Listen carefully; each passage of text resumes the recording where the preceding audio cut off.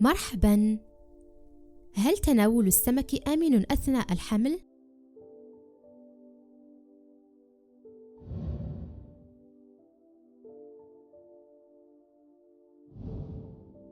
يحتوي السمك على العديد من العناصر الغذائية المفيدة للحمل، حيث يعد عنصراً غنياً بفيتامين B12 وفيتامين D، بالإضافة إلى البروتين والحديد المهمين لصحة الحامل والجنين. كما يحتوي السمك على بعض المعادن مثل الزنك واليود، وكذلك الحمض الدهني أوميغا 3 الذي يعزز نمو الطفل. ومن فوائد السمك للجنين أنه يساهم في نمو أعصابه ودماغه بشكل سليم.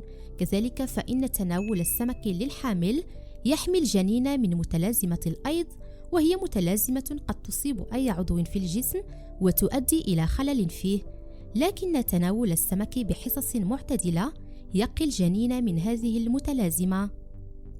السمك كذلك يعزز صحة دماغ الأم والجنين من خلال زيادة التركيز وتأخير شيخوخة الدماغ، مع زيادة المستويات الإدراكية والتفاعلية. وبالرغم من فوائد السمك للحامل، إلا أن تناول الأسماك التي تحتوي على الزئبق يضر بصحة الجنين من خلال تراكم هذه المادة في دم الحامل، والذي يمكنه أن يصل إلى الجنين مسبباً له تلفاً في الأعصاب والدماغ.